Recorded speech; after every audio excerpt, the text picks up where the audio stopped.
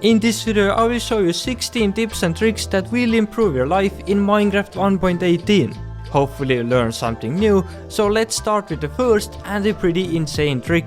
Go find yourself a stronghold, and then remove the lava and clear the space under the portal. Now you can activate the portal itself, but be careful not to jump in, and place down a piston like this. Now go next to the piston and place a redstone block on top of it, and boom, you will be teleported to the end. But hold on, this is not the main end island. That's the trick. Using this method you can indeed teleport near the end city islands without having to kill the ender dragon. Now you can be in the super early game and still get yourself an elytra and the shulker boxes. Keep in mind that the portal can throw you next to the islands as well, so a good idea is to have a slow falling potion and some ender pearls, just in case an accident happens. Moving on to the next tip, which involves the powdered snow, a great block that you can use as a temporary block or just trap your friends. But when placing the powdered snow down with a carpet on top of it, you can make yourself a safe landing spot. No matter how high you fall from, you will get absolutely zero damage. This is a much better option than water, and you can use any color carpet you want to.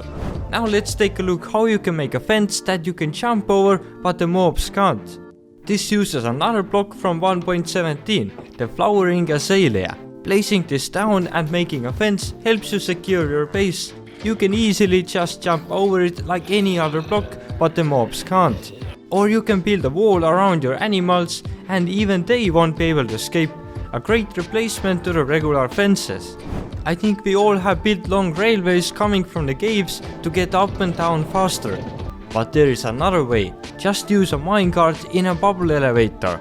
Add some water and a soul sand. Then hop into the minecart and ride into the water. The bubbles will push you up even though you are in a minecart. It also requires a lot less materials than the railway, so you will even save iron when doing this.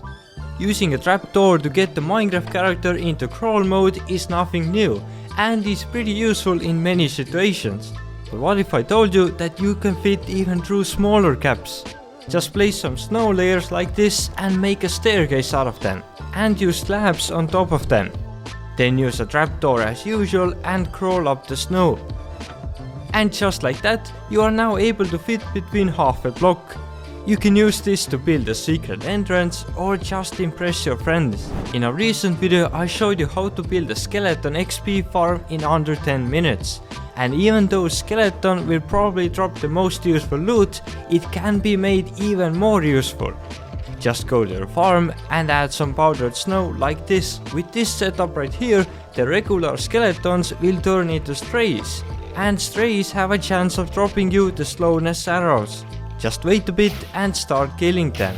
As you can see, next to the regular arrows we also have the slowness ones. Starting in 1.18, the mobs only spawn at light level 0 now, not at light level 7 as it was previously. This means that it's much easier to light up the area around your base, and this allows for a much nicer looking lighting, since even the slightest light emission block brings the light level to 1 and is enough to get the mobs not spawning. Moving on to the nether, killing blazes can be pretty annoying, especially when you don't have any fire resistant potions. A good option would be to use a bow, but I'm gonna show you a new way, and that is by using the snowballs. A huge bonus is that they can be thrown from far away and they do quite a lot of damage to blazes. And after they're killed, just go and collect the blaze rods, easy as that. Another quick tip is that the endermen now take damage from the splash water potions. You probably won't be able to kill any of them since the damage isn't that high, but you can try it in the enderman 1 hit XP farm. Throwing the splash potion over there makes for a pretty satisfying view in my opinion. I will now show you a glitch to see under the lava in 1.18. The first step is to make sure that you have a fire resistant potion. Go to your nearest lava lake and place down a temporary block like this. Next up, add a grindstone on the side of the block.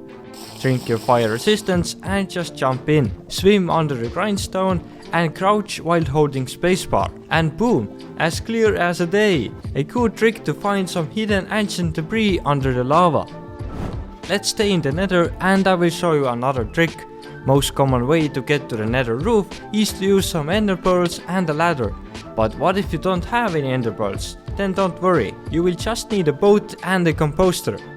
Go under the nether roof and find the Y level 127 bedrock.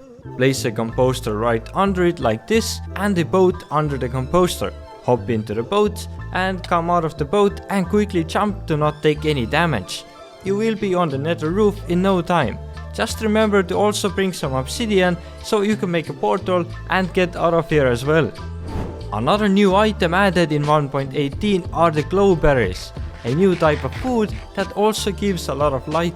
I will show you the easiest possible glowberry farm there is. Just place down an observer and a dispenser like this. Add some redstone and place a block right here. And fill in the dispenser with bone meal. Under the block, just place a glowberry like this. And now you can right click the glowberry bush, and easy as that, you have just made yourself a glowberry farm. Now something super useful when exploring around and fighting with mobs in the nether. While entering the nether portal, hold down your right click to block the shield. And when you reach the nether, the shield will stay on even when you let go of the right click. This way you are blocking any hits you take and you can still sprint and hit other mobs. It also works the other way around when going to the overworld. A pretty powerful little trick. Now a little tip when mining blocks near players or mobs. When just holding down your left click when mining, you can't accidentally hit any animals or players. So you don't have to worry about yeeting your friends off the cliff when mining with your new pickaxe. I will show you now how to fill huge areas of water with source blocks without wasting hours doing it the wrong way. There are two methods to this. The first one is to just use ice. Place some ice in a pattern like this, and after that you can break the ice. It will be converted into water source blocks and those will fill up the whole area. The second method is to use water buckets and place them like this.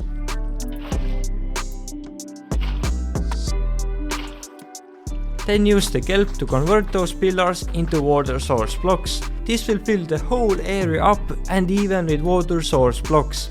That's the same method we used when filling up half of the emerald pyramid. But now let's see a funny way you can use the name tags.